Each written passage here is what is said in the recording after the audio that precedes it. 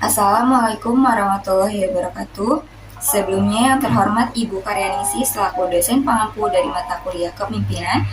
Perkenalkan, saya Liza Nursyafa, mahasiswa dari Universitas Singapura Bangsa Karawang jurusan Manajemen yang akan membahas mengenai trait and skill leadership atau sifat dan keterampilan dari kepemimpinan.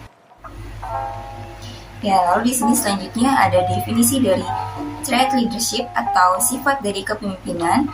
Jadi, menurut Viet Zarifai dalam buku Kepemimpinan dan Perilaku Organisasi yang mengatakan bahwa teori sifat merupakan teori yang menjelaskan sifat-sifat yang melekat dalam diri seorang pemimpin yang akan mewarnai tingkah laku, perbuatan, dan keputusan-keputusan yang akan diambilnya.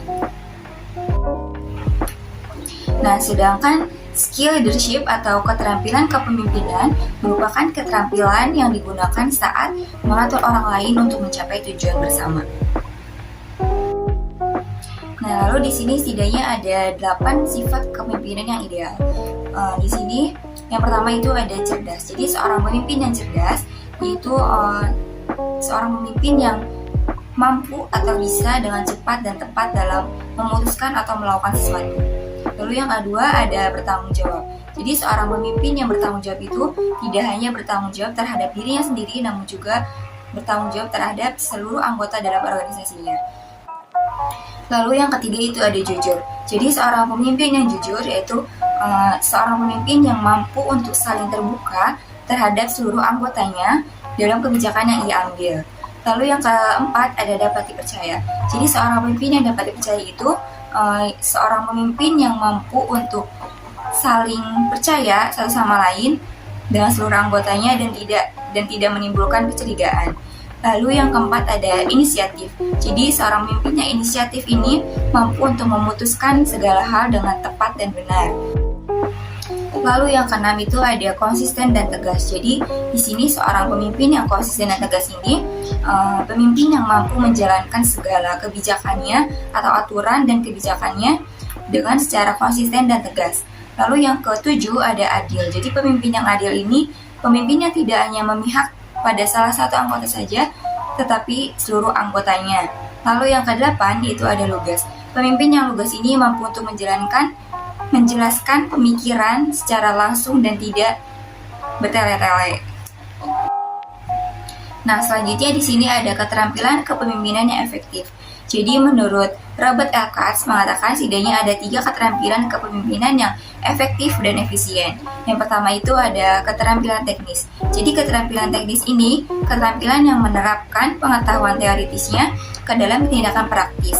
Lalu kemampuan memecahkan masalah melalui taktik yang baik atau kemampuan menyelesaikan tugas secara sistematis. Lalu yang kedua itu ada keterampilan hubungan manusiawi. Jadi keterampilan ini yaitu keterampilan untuk menempatkan diri di dalam kelompok kerja dan keterampilan untuk menjalin komunikasi yang menciptakan kepuasan antara kedua belah pihak. Lalu yang ketiga itu ada keterampilan konseptual. Jadi keterampilan ini merupakan keterampilan kecakapan untuk memformulasikan pikiran, memahami teori-teori, lalu melakukan aplikasi, melihat kecenderungan berdasarkan kemampuan teoritis dan yang dibutuhkan dalam lingkungan kerja atau dunia kerja. Nah, selanjutnya di sini ada pengembangan keterampilan kepemimpinan. Jadi teman-teman sebenarnya keterampilan kepemimpinan ini kan ada banyak. Namun di sini setidaknya ada 3 yang diprioritaskan untuk dikembangkan. Yang pertama itu ada keterampilan interpersonal.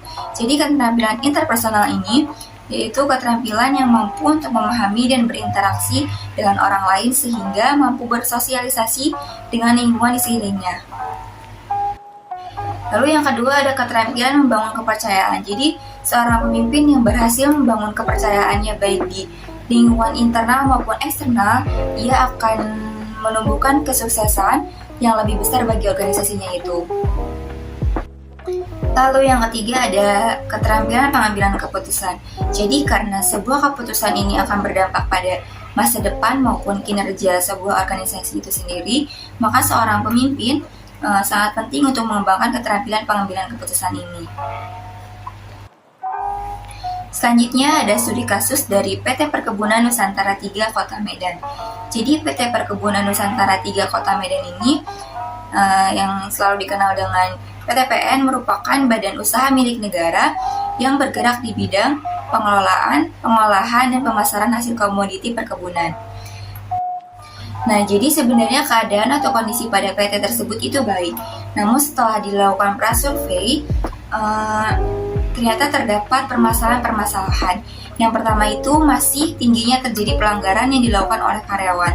Lalu yang kedua, masih belum optimalnya ketegasan yang diberikan oleh atasan PT tersebut. Lalu yang ketiga, karyawan juga masih belum mampu dalam mengendalikan emosi saat bekerja. Nah, akibat dari ketiga permasalahan tersebut menimbulkan permasalahan baru, yaitu menurunnya kinerja karyawan. Nah, untuk mengatasi permasalahan-permasalahan tersebut, di sini terdapat solusi. Yang pertama itu, untuk mendisiplinkan pegawainya, seorang pemimpin harus lebih tegas lagi pada peringatan yang sifatnya lebih spesifik terhadap karyawan tidak mau merubah sifatnya maupun perilakunya. Lalu yang kedua itu, pemimpin bisa lebih mengembangkan lagi sifat atau keterampilan berkomunikasinya terhadap pegawainya. Dan untuk membangun kepercayaan terhadap pegawainya juga. Lalu yang ketiga yaitu karena tadi mengakibatkan penurunan kinerja terhadap karyawan, seorang pemimpin bisa memberi reward kepada karyawannya atau pegawainya yang bekerja sesuai dengan arahan yang telah ditentukan, sehingga nantinya hal tersebut bisa memotivasi para pegawainya untuk melakukan perubahan. Nah, lalu selanjutnya di sini ada keterkaitan dengan teori. Karena tadi banyaknya pegawai yang masih kurang disiplin yang diakibatkan oleh kurang konsisten dan tegasnya atasan, sehingga para karyawan ini juga, para pegawai ini juga masih sering melanggar aturan yang setelah ditetapkan. Seorang pemimpin seharusnya lebih konsisten dan mampu menjalankan setiap aturan dan kebijakan. Nah, lalu seorang pemimpin juga harus lebih tegas lagi dalam artian bahwa seorang pemimpin tidak membebaskan anggotanya namun juga tidak mengekang anggotanya. Hal tersebut berkaitan dengan sifat kepemimpinan ideal, yaitu konsisten dan tegas. Nah, yang kedua ini ada atasan atau pemimpinan dari PT Perkebunan Nusantara 3 masih kurang dalam keterampilan hubungan manusiawinya, dalam berkomunikasi dengan para anggotanya, dengan para pegawainya untuk membangun kondisi lingkungan yang kerja yang kondusif. Nah, sebelum menutup penjelasan dari materi Trait and Skill Leadership ini, di sini ada sebuah quote dari Dana McGannon yang mengatakan bahwa leadership is an action, not a position. Sekian penjelasan yang dapat saya sampaikan. Sebelumnya mohon maaf jika ada kesalahan. Wassalamualaikum warahmatullahi wabarakatuh. Terima kasih.